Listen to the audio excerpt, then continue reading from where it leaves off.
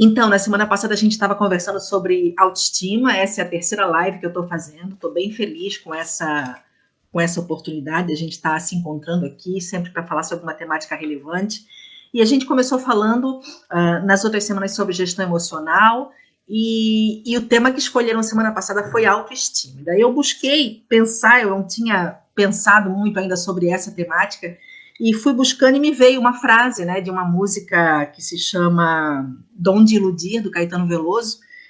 Para quem não me conhece há muito tempo, talvez não saiba que eu sou fã de MPB, quem já me conhece há mais tempo sabe disso. E essa música, ela tem uma frase muito famosa que diz, né, todo mundo, cada um sabe a dor e a delícia de ser quem se é, de ser o que é, né? E essa é uma frase que eu já falei muito, né? Eu acho ela muito impactante, embora essa live de hoje me faça refletir um pouco sobre essa afirmação, né? Na verdade, me fez pensar um pouco sobre toda a música, e eu quis trazer a música aqui no começo da live, pena que vocês não ouviram, mas por curiosidade, se vocês quiserem depois, podem pegar lá para ver. Porque eu costumo dizer até nesse livro aqui, deixa eu mostrar aqui para vocês, publiquei esse livro chamado Você Está Pronta. Ele é um livro que fala sobre relacionamentos, mas ele traz algumas questões bem interessantes sobre identidade que vão ser abordadas aqui hoje. E num dos capítulos desse livro eu trato sobre a diferença entre a cultura do mundo, né? Eu estou chamando de cultura do mundo, e a cultura do reino, né? Aí eu estou mencionando o reino de Deus, propriamente dito. Porque às vezes a gente constrói, né? Não que as coisas tenham que ser separadas, mas muitas vezes a gente constrói uma crença em cima de uma verdade que foi construída culturalmente, né? Na sociedade, na vida que a gente vive, enfim. E nem sempre essa verdade, né? Entre aspas, essa crença, essa frase que a gente toma como certa, né? Ela tem a ver com os princípios do reino de Deus. E essa música, ela está carregada de algumas questões que merecem nossa reflexão, assim como muitas músicas, né? A ponto de muitas pessoas dentro da igreja hoje não se permitirem ouvir o que eles chamam de música secular, o que é um tema para uma outra live, que eu também tenho as minhas reticências, mas justamente porque as músicas, muitas vezes, elas carregam algumas afirmações muito distorcidas em relação àquilo que a gente tem como verdade, biblicamente falando. E essa música fala sobre ser mulher, né? E eu vou trazer algumas questões da letra aqui, porque é em cima dela que eu queria falar com vocês hoje. E ela começa assim, né? Não me venha falar da malícia de toda mulher, cada um sabe a dor e a delícia de ser o que é. Não me olhe como se a polícia andasse atrás de mim, cale a boca e não cale na boca a notícia ruim. Você sabe explicar, você sabe entender tudo bem. Você está, você é, você faz, você quer, você tem. Eu queria pensar sobre essas 5 afirmativas aqui. E no final, você diz a verdade, e a verdade é o seu dom de iludir. Como pode querer que a mulher vá viver sem mentir? E assim, a música acaba nos convidando a concordar com a possibilidade de que só é possível ser mulher se a gente souber mentir, se a gente souber iludir, né? O nome da música sugere isso, o dom de iludir. E é complicado, né? Porque por que a mulher tem que ter esse estereótipo que o Caetano traz na música dele, não desmerecendo a arte dele, acho maravilhosa, mas essa cultura que acaba distorcendo o que a gente entende biblicamente como sendo o ideal.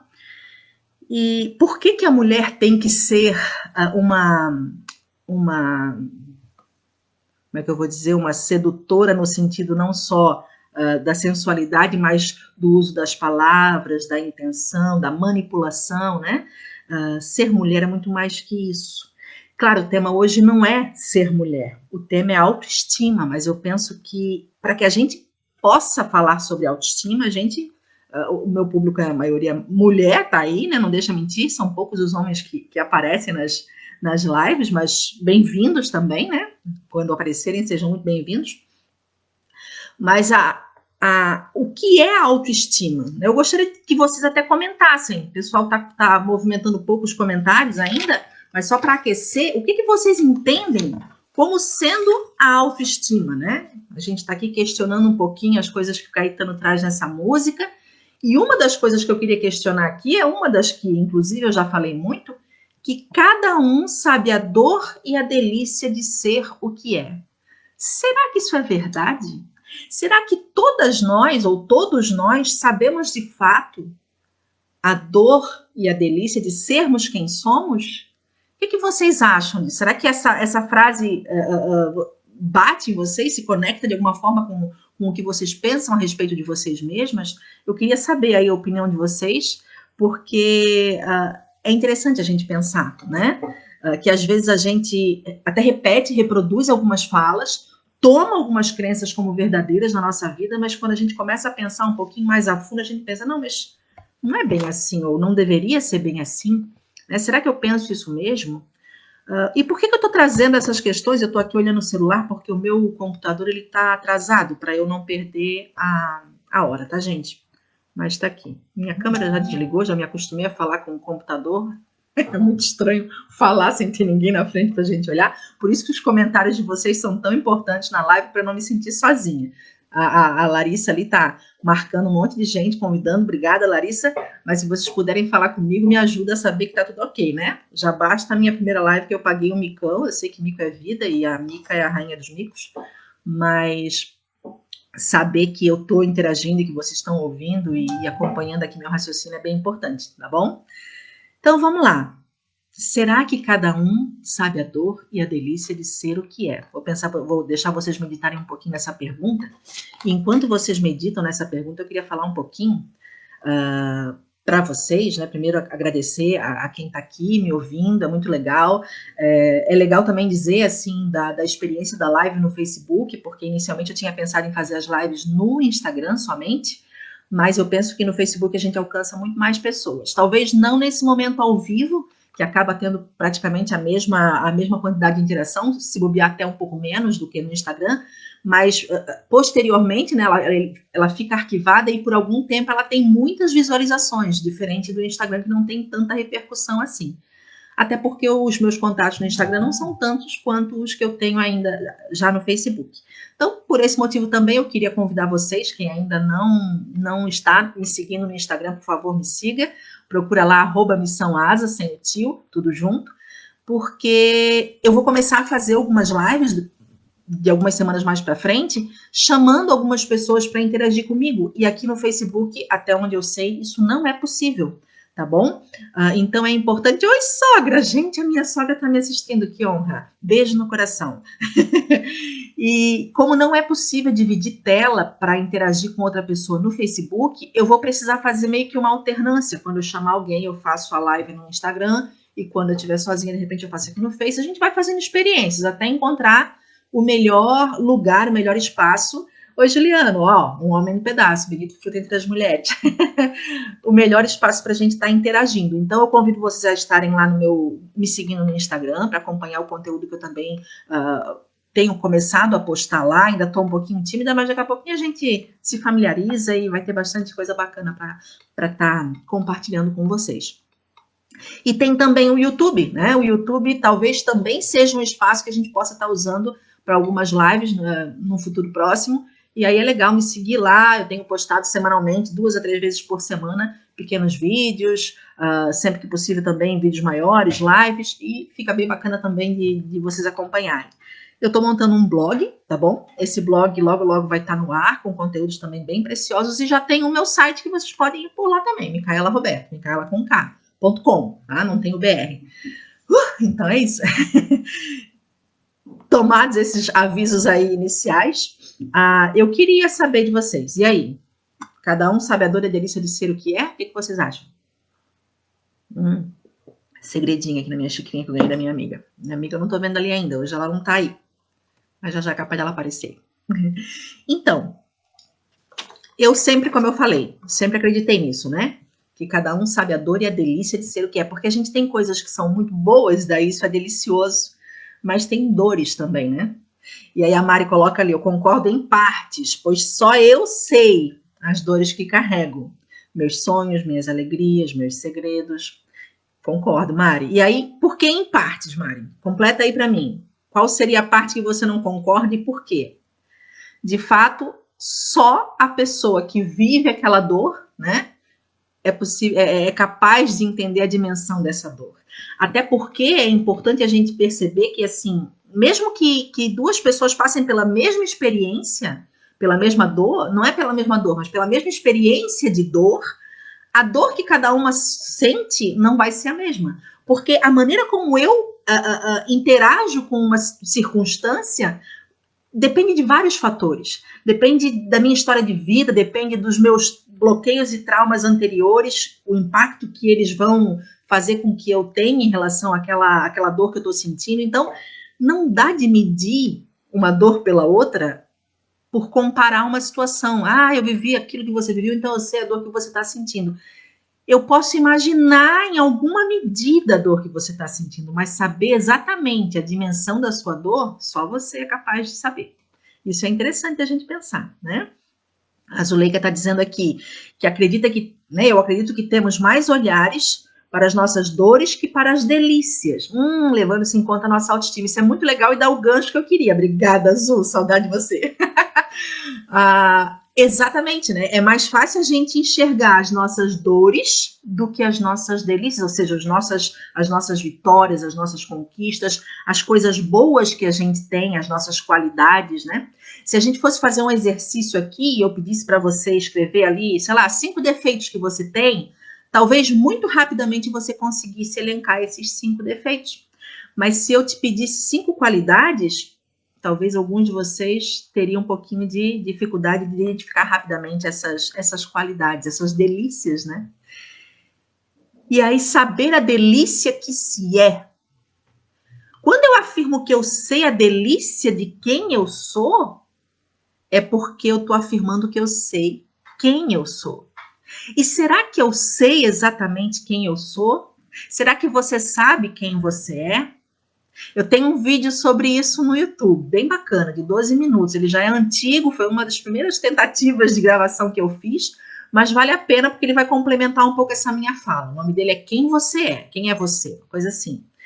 E a gente precisa pensar sobre isso. Eu estou aqui lendo os comentários e a Mari comentou, né, que não concorda com a música, é por isso que ela concordava em parte lá, porque ela não acha que a gente tenha que mentir, nem iludir, e eu concordo com você, Mari. Justamente eu estou trazendo aqui à tona uma reflexão sobre essa canção, porque a gente não tem que tomar o que houve como uma verdade absoluta, né? E ser mulher, ou saber a delícia de quem a gente é, não passa necessariamente por esse lugar de ter de criar uma máscara, uma personagem, ter de mentir, ter de iludir o outro, né? Para que o outro pense que eu sou uma coisa que eu não sou, né? Talvez isso seja um grande equívoco que tenha se instaurado, né, em muitas mulheres e está impregnado nas canções, na maneira de ser, nos programas televisivos, em tudo, né? Quase que a gente encontra por aí essa, como é que eu vou dizer? Essa crença, né? Esse sofisma, essa ideia que parece verdade, mas que não é, e a gente toma como um fato e acaba assumindo isso na nossa personalidade. É muito perigoso e muito complicado. Então vamos lá, vamos falar de autoestima, né? Vamos puxar o gancho da Zuleika, porque de fato às vezes é bem difícil a gente identificar a delícia de ser quem se é, porque a autoestima ela é justamente essa percepção que eu tenho sobre mim, né? E ela pode ser uma percepção tanto negativa quanto positiva.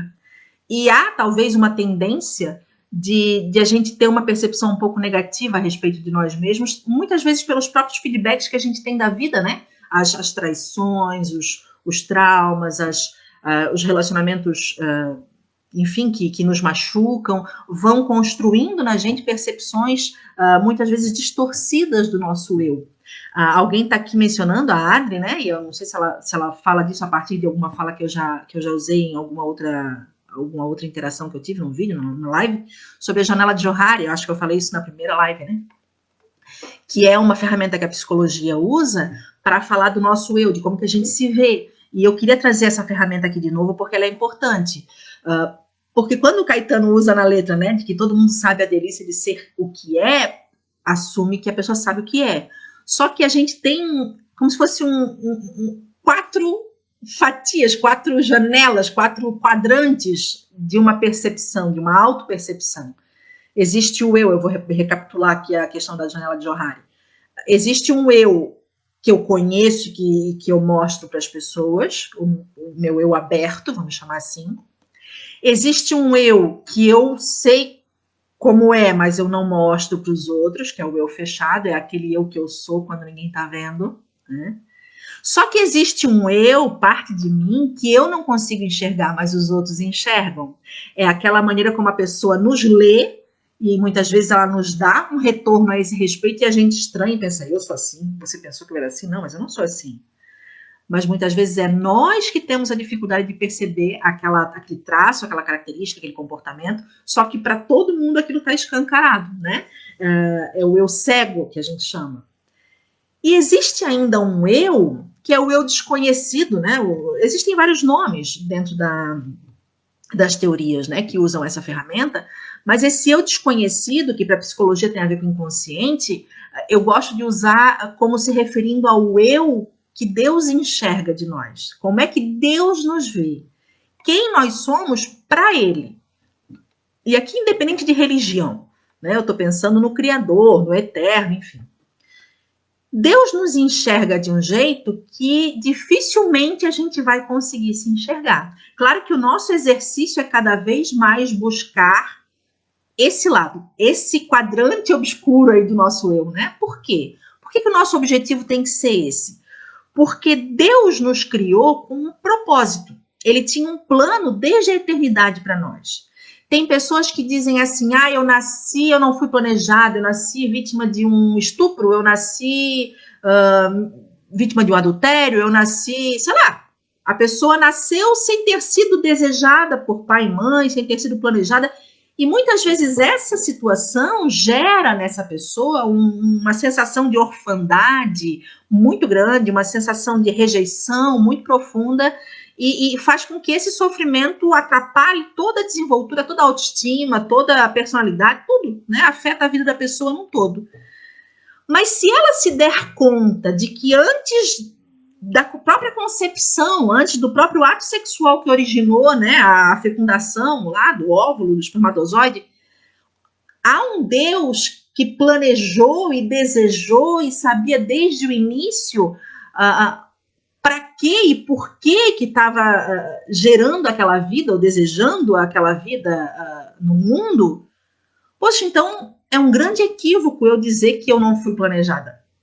Eu posso não ter sido planejada pelo meu pai e pela minha mãe, mas por Deus eu fui. E se eu me dou conta disso, isso precisa ser muito mais importante para mim do que o fato de eu saber que meu pai e minha mãe, num ato aí descuidado e sem planejamento por conta de uma juventude, enfim, e da maneira como foram criados, enfim, acabaram engravidando e me tendo sem o desejo e sem o planejamento necessário. Quando eu coloco a minha circunstância terrena, vamos colocar assim, biológica, acima desse planejamento, dessa concepção divina de Deus, eu estou invertendo, né? E aí isso vai afetar tudo. Então, a gente precisa entender um pouco sobre essa questão de quem a gente é, né? E quando a gente lembra que Deus nos vê de um jeito que ninguém mais nos vê, e quando a gente se dá conta de que Deus nos planejou, e Ele não planejou a gente só para sofrer, ou só para jogar lá naquela família, para viver certos traumas, ou só para que a gente nascesse numa determinada cidade para ter problemas financeiros, ou enfim, não é essa a questão, né? Isso são circunstâncias que, sim, afetam a nossa existência, mas ao nos criar, Ele tinha um propósito com isso. E será que eu tenho dimensão de qual é esse propósito? Será que eu tenho trabalhado a minha vida, as minhas ações, os meus comportamentos, a minha maturidade emocional, o meu intelecto, os meus esforços, voltada a pensar nesse propósito, a cumprir esse propósito, ou simplesmente liguei o piloto automático e estou vivendo a minha vida, me deixando abalar pelas circunstâncias diárias que me afetam? Isso tem a ver com a autoestima, né? Eu até anotei aqui que eu poderia vir para cá dar um monte de dicas de como melhorar a autoestima. Então, a pessoa identifica que tem uma autoestima baixa, não é baixa estima, tá? Autoestima é uma expressão, auto de si. Então, ou a autoestima é alta, ou a autoestima é baixa. Então, ó, a professora de português sempre aparece, né? Uma hora em outra ela vai aparecer, não tem jeito. Então, a pessoa que tem uma autoestima baixa, ela tende a se apegar a justamente essas circunstâncias que vão fazer com que ela sofra e se sinta mal por isso. E aí, talvez, alguns de vocês estejam achando, sei lá, não sei também o que vocês acham, mas que eu pudesse estar aqui pensando em dar dicas e estratégias, como eu fiz na última live, em relação à inteligência emocional, sobre como melhorar essa autoestima. Só que se eu der dicas do tipo, use uma maquiagem, coloca um batom, vai fazer exercício, sei lá, pega um sol, bota uma música alegre, eu vou estar combatendo os sintomas que afetam essa autoestima. Eu não vou estar indo direto na raiz. E a Bíblia, claro que eu uso a Bíblia como base para tudo que eu falo, pelo menos eu faço esse exercício, eu tento, né? Tento não falar nem heresia, se eu falar, por favor, me avisem. Mas eu gosto de uma passagem bíblica lá em Apocalipse. Tem gente que não gosta do livro de Apocalipse, ele é meio assustador, ainda mais nos tempos de hoje, mas eu gosto de citá-lo quando convém. E no livro de Apocalipse, no capítulo 2, versículo 5, tem uma fala muito pertinente que tem a ver com o que a gente está trazendo aqui. Lembra-te, pois, de onde caíste, e arrepende-te, e pratica as primeiras obras. Só até aqui. Por que lembra-te de onde caíste? Porque quando a gente identifica um problema, uma questão, um trauma, um bloqueio, algo que está travado na nossa vida, algo que não está resolvido na nossa vida, algo que tem nos afetado negativamente, enfim, não adianta a gente olhar para aquela circunstância pontual ou no presente da nossa vida e tentar resolver aquilo ali. Então, por exemplo, eu estou com um problema no meu casamento e isso está me afetando e eu quero resolver aquilo ali. Mas muitas vezes esse problema que apareceu ali no casamento não tem a ver com aquilo ali, tem a ver com algo que está lá atrás que eu preciso resolver. Eu vivo repetindo isso, mas isso é um fato. E aí não adianta eu combater aquele problema ali, porque ali só manifestou algo que precisa ser identificado lá atrás. Por isso eu gosto dessa passagem, porque ela fala, lembra-te de onde caíste, né? Talvez a gente tenha caído, sei lá, escorregou na rua, caiu, bateu o joelho, mas na hora não dói. Uma semana depois começa a doer o joelho. Eu preciso lembrar de qual foi a causa, qual foi a raiz daquele joelho estar doendo, né? E muito provavelmente não é algo que acontece ou que aparece imediatamente. Eu preciso... Oi, Elaine, beijo, querida, Roberta, bem-vindas. Eu preciso, então, identificar a causa desse problema. E se eu tenho hoje uma autoestima baixa, isso diz muito mais acerca lá da minha vida pregressa do que das circunstâncias atuais que têm me afetado.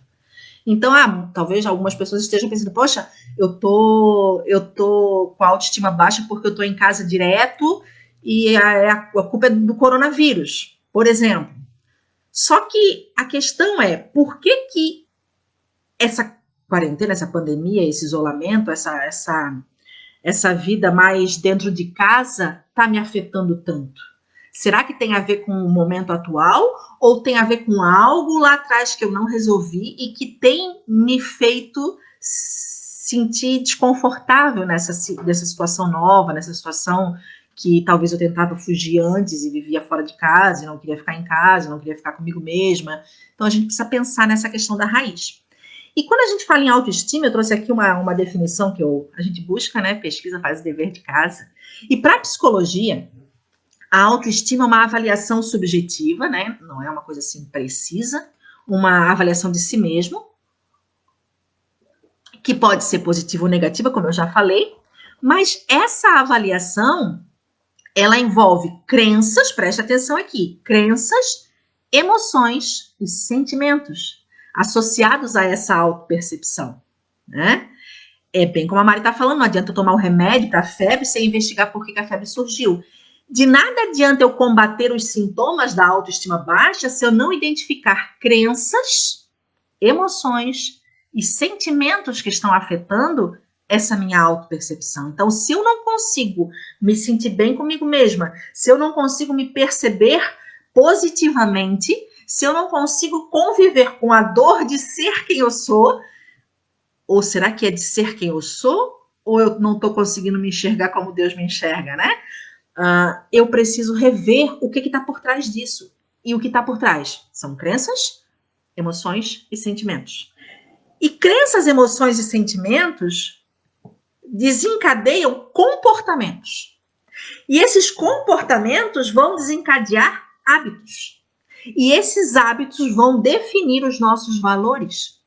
E os nossos valores de vida, se não estão articulados com princípios de vida, vão me levar à morte. Então está tudo interligado. Então eu preciso falar um pouco sobre essas crenças, sobre essas emoções, sobre esses sentimentos. Nas 2 últimas lives eu falei um pouco sobre as emoções, né? Então eu vou deixá-las em stand-by e quero falar um pouquinho sobre as crenças aqui. Vocês já devem ter ouvido falar em crenças limitantes, por exemplo, né? O que são crenças? São coisas que eu acredito, né?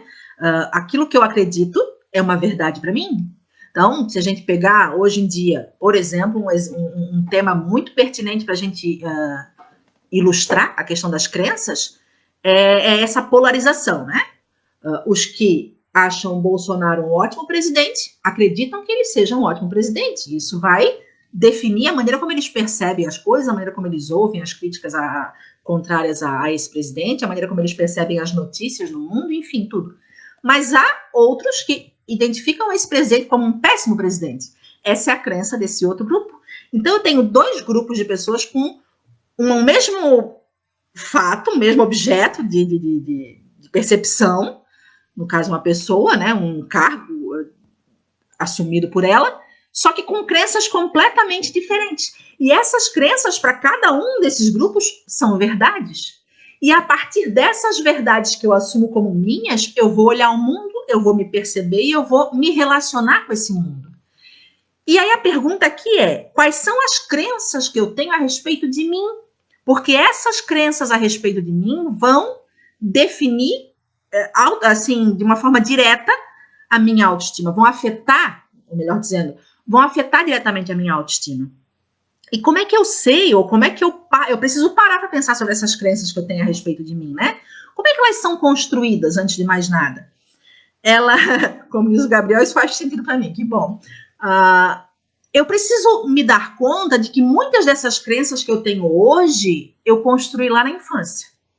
Então, por exemplo, se eu tinha pais presentes, se eu tinha pais que, como é que eu vou dizer, validavam as coisas que eu dizia, que eu fazia, no sentido de me colocar para cima, de me incentivar, de me encorajar, de me passar confiança, de me trazer segurança, amor, respeito, tudo isso que deve constituir, né, a construção do desenvolvimento infantil, isso vai me ajudar a ter crenças positivas a meu respeito, concordam? Agora, se eu tenho, por exemplo, pais que talvez não souberam me oferecer esse tipo de situação, esse tipo de confirmação, de feedback.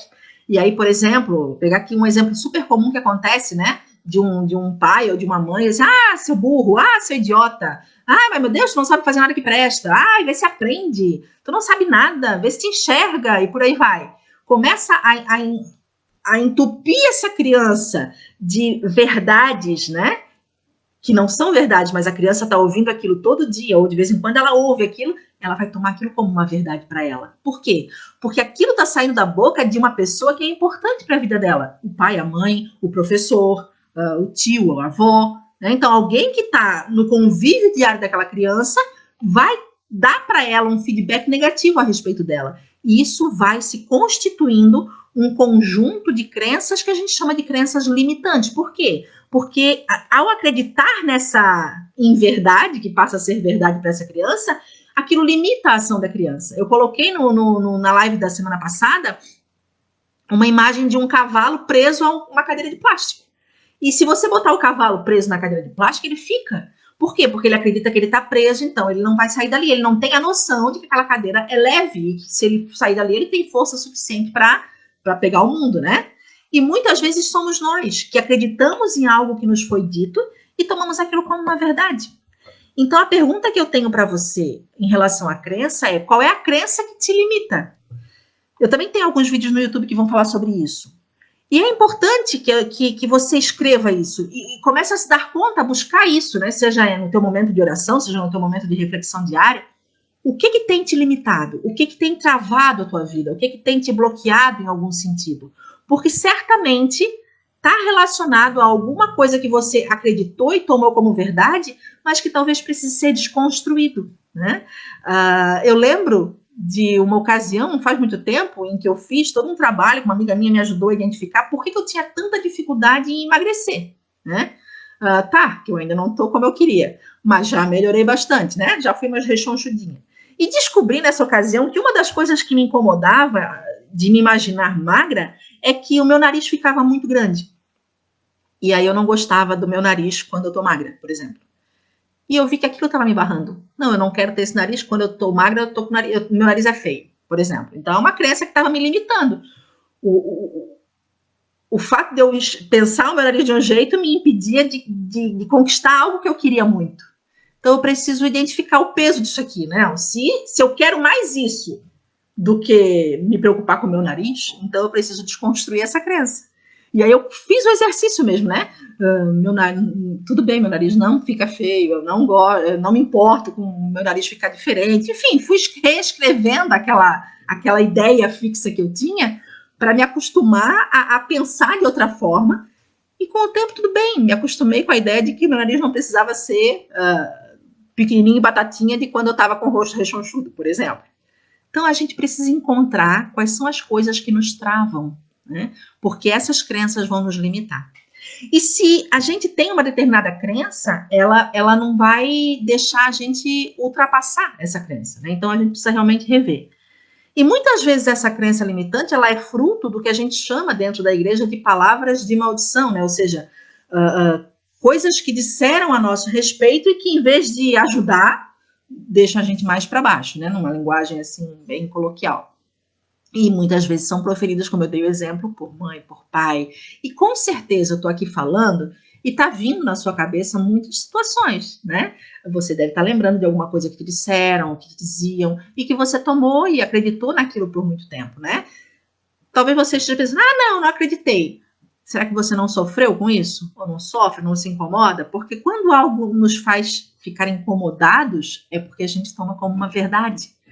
Se a gente não acreditasse naquilo, a gente não se incomodaria com aquilo. A gente talvez até começaria a rir daquilo achando graça.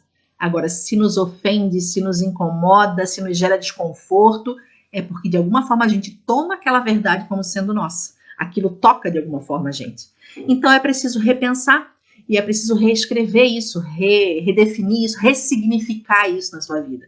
Se você não consegue fazer sozinho, busca ajuda, né? Se precisar, estou aqui. Porque a gente precisa se reinventar, né? Se desamarrar dessas coisas que nos travam. Pois bem, essas crenças geram em nós emoções. A gente viu nas lives passadas, que as emoções, elas não são, como é que eu vou dizer? Eu não consigo controlar as emoções, elas são desencadeadas em milissegundos, né? Quando eu vi, eu estou sentindo. Eu estou tendo aquela emoção e é algo muito impactante e é dado por Deus e é perfeito e legítimo e muitas vezes precisamos dessas emoções para reagir de uma forma rápida a uma situação de perigo, por exemplo. E uma vez que eu não consigo controlar minhas emoções, eu preciso aprender a administrar a maneira como eu reajo a elas. Por quê? Porque ter a emoção é genuíno, é humano, né? Tudo bem por isso. Mas usar a emoção para justificar um ato imaturo, né, incompatível com a minha situação de vida, com a minha idade, com o meu cargo, com o meu papel familiar, com o que quer que seja, aí não é legal. Então eu preciso administrar tudo isso. Então se eu sou, por exemplo, sei lá, uma mãe de família, tenho filhos, tenho marido e preciso de repente gerenciar o dia a dia da casa, não vou ter piti, dizer que não quero mais fazer nada porque eu não tô legal. Isso vai afetar todo mundo, né? Claro que eu posso pedir ajuda, eu posso recorrer a outras estratégias se eu me sentir sobrecarregada, mas agir como se fosse o meu filho de 8 anos ou de 5 não é compatível com o meu papel nem com a minha idade. Então, a gente precisa saber administrar os comportamentos. decorrentes dessas emoções que a gente sente. E como eu falei, além de identificar a emoção e talvez identificar também o gatilho emocional, eu vou tentar falar sobre gatilho emocional de uma forma mais completa numa outra ocasião, porque o gatilho é aquilo que aciona aquela emoção, né? E desencadeia todo um comportamento que muitas vezes se repete, a pessoa sempre faz aquilo e não percebe. E esse gatilho acionou algo que tem a ver com uma coisa mal resolvida lá de trás. Eu preciso identificar essa raiz, né? Voltar ao lugar onde eu caí e me arrepender no sentido de consertar, de identificar e de corrigir. E eu preciso aprender, então, a dominar não as emoções, mas os comportamentos e as reações que eu tenho a partir dessas emoções. Porque se eu não fizer isso, eu vou alimentar determinados sentimentos. E esses sentimentos, se eles não forem sentimentos que me façam bem, eles vão, obviamente, né, me matar aos poucos, me fazer definhar, morrer aos poucos, enfim. Então, por exemplo, eu preciso identificar também esses sentimentos que eu tenho. Sentimento, eu não posso confundir com emoção, porque emoção é algo muito instantâneo. O sentimento é algo que eu vou nutrindo, que vai sendo construído, né, emocionalmente também. Mas é algo mais no sentido duradouro e no sentido de eu alimentar ou não aquele sentimento, né? E aí a gente precisa aprender a administrar isso também, né? Muitas vezes a gente se deixa dominar pelos sentimentos e pelas emoções, como se fôssemos, sei lá, marionetes nas mãos deles, quando na verdade deveria ser o contrário, né? É bem isso, Mari. Tem hora que dá vontade de falar, mas não dá, né? Não dá de falar. Então, assim, quando eu tenho um sentimento que eu identifico como um sentimento ruim, eu preciso identificar esse sentimento e fazer uma faxina nele, né? Se ele é ruim, ele não me faz bem. Se ele não me faz bem, por que eu vou nutrir? Tem aquela história dos dois lobos, né? Que estavam brigando, um lobo mau e um lobo bom. E um precisava, por território, eles tinham, não tinha comida para os dois, só para um. Então, um tinha que sobreviver, né? Qual que vai sobreviver? O que for mais alimentado, né? Então, o que vai sobreviver dentro de nós? Acho que eu não contei a história direito, mas enfim, deixa pra lá. Só vai sobreviver dentro de nós aquilo que a gente alimentar. E se eu alimentar um sentimento ruim, ele vai crescer. Se eu alimentar um sentimento bom, ele vai crescer também. Então, eu é que escolho. Eu tenho que ter a consciência de que a escolha vai ser sempre minha. Essa mania que muitas vezes a gente tem de se colocar no lugar de vítima da vida, de vítima das circunstâncias, de vítima de tudo das pessoas, tira de nós a responsabilidade de fazer as escolhas corretas. E só eu tenho esse poder de decidir sobre a minha vida. Se eu delego esse poder a outro porque eu gosto de estar no meu lugar de vítima, pobrezinha que sou, estou sofrendo por causa disso, daquilo, daquele outro, eu transfiro para o outro a escolha e a decisão de mudar, e aí eu não mudo nunca, né?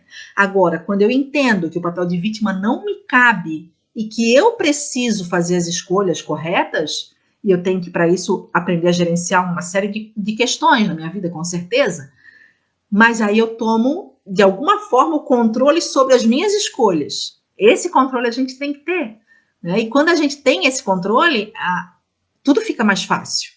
Fica um pouco mais doloroso quando a gente faz a escolha ruim, aí a gente tem que arcar com as consequências, né? Porque se a gente assume a consciência de que não, eu vou fazer uma escolha e vou sofrer as consequências dessa escolha, é mais difícil gerenciar o que vem de ruim depois dela. Mas, por outro lado, eu também posso fazer uma outra escolha posterior a essa para tentar consertar essa decisão infeliz que eu tive lá no início. Enfim. Então, eu preciso alimentar ou desnutrir os sentimentos ruins. E como é que eu faço isso? Então, se eu identifico um sentimento de ódio, eu não vou ter tempo de explorar isso aqui, vou fazer isso numa outra live, eu preciso perdoar. Eu sei que eu tô aqui num ponto difícil, vou até pular de assunto, porque senão a coisa vai degringolar hoje aqui. Mas se eu sinto ira, se eu tô irada com alguma coisa, eu preciso saber canalizar essa ira, né? Canalizar para que ela seja útil para mim e não me faça mal, porque ela não pode durar muito tempo, né? Se eu tenho uma mágoa, eu preciso aprender a renunciar a essa mágoa, deixar aquela dor sumir, não alimentar aquela raiz de amargura que a gente fala, né? E se eu tenho carência, eu também não posso alimentar essa carência. Tem pessoas que alimentam uma carência eternamente, né? E aquele buraco não vai ter fim nunca. Então, assim, carência não se alimenta, carência se elimina. Então eu preciso identificar o sentimento e trabalhar na forma de corrigir essas falhas, certo? Porque disso vai ter a consequência dos comportamentos que eu vou ter. E esses comportamentos, como eu falei, vão virar hábitos, e esses hábitos vão construir valores em nós, né? E aí eu preciso identificar se esses valores, eles são valores que têm a ver com os princípios que são de vida ou de morte, né?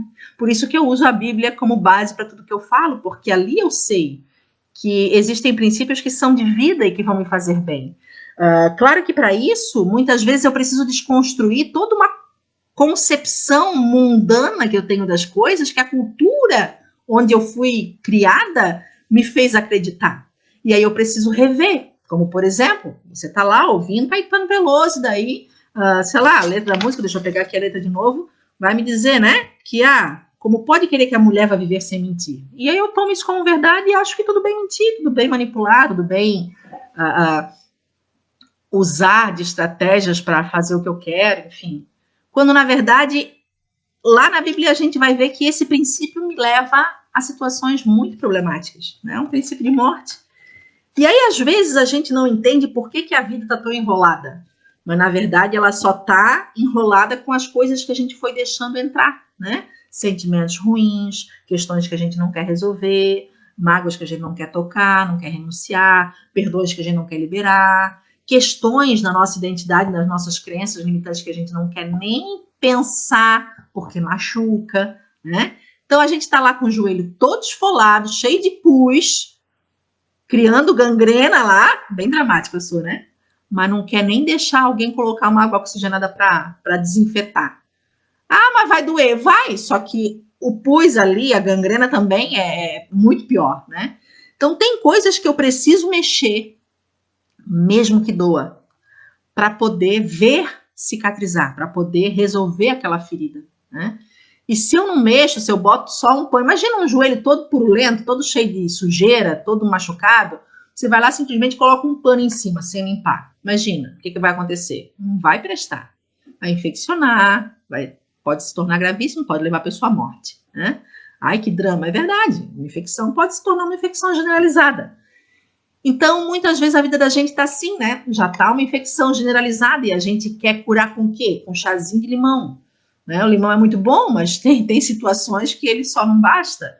Então eu preciso muitas vezes mexer em questões que é um pouco doloroso, mas que se eu me propuser a abrir e limpar, eu vou ter uma outra percepção de mim mesmo, eu vou me fortalecer, eu vou enxergar a vida de outra forma e pronto, tudo vai se transformar ao meu redor porque partiu de mim deixar com que a coisa se resolvesse de dentro para fora. E é poderoso isso, né? A gente começa a perceber um outro eu que a gente não percebia. Então, é esse o convite que eu te faço. Eu não sei quanto tempo a gente tem, se vocês têm alguma pergunta. A gente já está no finalzinho da live. Mas, assim, autoestima tem muito a ver com essa percepção, né? Que a gente tem de si, que muitas vezes é equivocada. E equivocada por quê? Porque é agarrada, é presa a crenças distorcidas, a inverdades a nosso respeito, né? E a emoções que estão aí também descontroladas, né? Não no sentido de descontrolada, mas desequilibradas em nós, há sentimentos que precisam ser revistos, né? O que eu tenho alimentado na minha vida e dizer para você que saber a delícia e a dor de ser quem se é, a gente só sabe quando a gente entende em Deus quem é. Porque quando eu começo a entender quem eu sou para Deus e quem Deus é para mim, como Ele me vê, as coisas que acontecem ao meu redor, as coisas que as pessoas dizem a meu respeito, as coisas que eu vivo, não vão me afetar do jeito que tem me afetado. Porque se alguém, sei lá, estou imaginando aqui a minha situação, estou aqui fazendo a live, me dedicando, aí vem alguém ali comentar, sai daí, tu é ridícula, papapá. Se eu não sei quem eu sou em Deus e o porquê que eu estou aqui, isso vai me afetar. Né? Os haters que a gente chama. Agora, se eu sei quem eu sou, eu vou entender que aquilo que a pessoa está dizendo para mim é talvez algo mal resolvido dentro da pessoa. E aquele lixo que a pessoa tem, eu não preciso tomar para mim e carregar como uma verdade ou como um lixinho de estimação. Eu nem conheço a pessoa, porque eu vou me afetar tanto. Só que como a gente tem se afetado pelas coisas que ouvimos, né, das pessoas? Por quê? Porque a gente não sabe quem é, né? E quando a gente começa a perceber, de fato, quem é em Deus, a gente vai ver coisas tremendas a nosso respeito, que a gente nem se dava conta antes. Mas a gente também vai ver coisas nada agradáveis. Porque ele vai mostrar, né? Tanto a delícia quanto a dor. E a gente às vezes precisa enxergar esse lado ruim também, para consertar, inclusive, né? Para ser melhor, para fazer a cada dia uma nova versão melhorada de nós mesmos. Porque esse é o propósito. Eu não vou conseguir cumprir o que eu tenho para minha vida se eu não me permitir entender quem eu sou. Porque se eu não sei quem eu sou, como é que eu vou fazer o que eu tenho que fazer? E aí, só para fechar a nossa live, aquelas 5 coisinhas que eu queria falar que acabei não falando, você está. Quando eu pergunto quem é você, muitas vezes a pessoa diz, eu sou professora. Não, você está professora. Eu sou a mãe do fulano. Tá, mas você pode. Você é muito mais do que isso. O que você faz? O que você quer? Seus desejos, seus anseios, suas vontades? O que você tem? Nada disso é de fato quem você é. E muitas vezes nós nos agarramos naquilo que temos, naquilo que queremos, naquilo que fazemos, naquilo que estamos vivendo naquele momento e esquecemos quem somos. São verbos diferentes. E eu te convido a pensar sobre quem você é. Assiste lá o meu videozinho no canal do YouTube. E me acompanha em YouTube, Instagram, vamos bater papo. E, recomendo a leitura desse livro também. Lá no site você encontra, tem o e-book degustação para você ler de graça. Aqui fala muito sobre identidade, né? Você está pronta? Por quê? Porque muitas vezes a gente quer algo, mas será que a gente está pronto para receber esse algo? A gente só vai estar pronto quando a gente entender quem é, tá bom? Então tá, brigadão, gente. Beijo, beijo, beijo. Agora eu vou encerrar o vídeo, tá bom? Tchau, fiquem com Deus.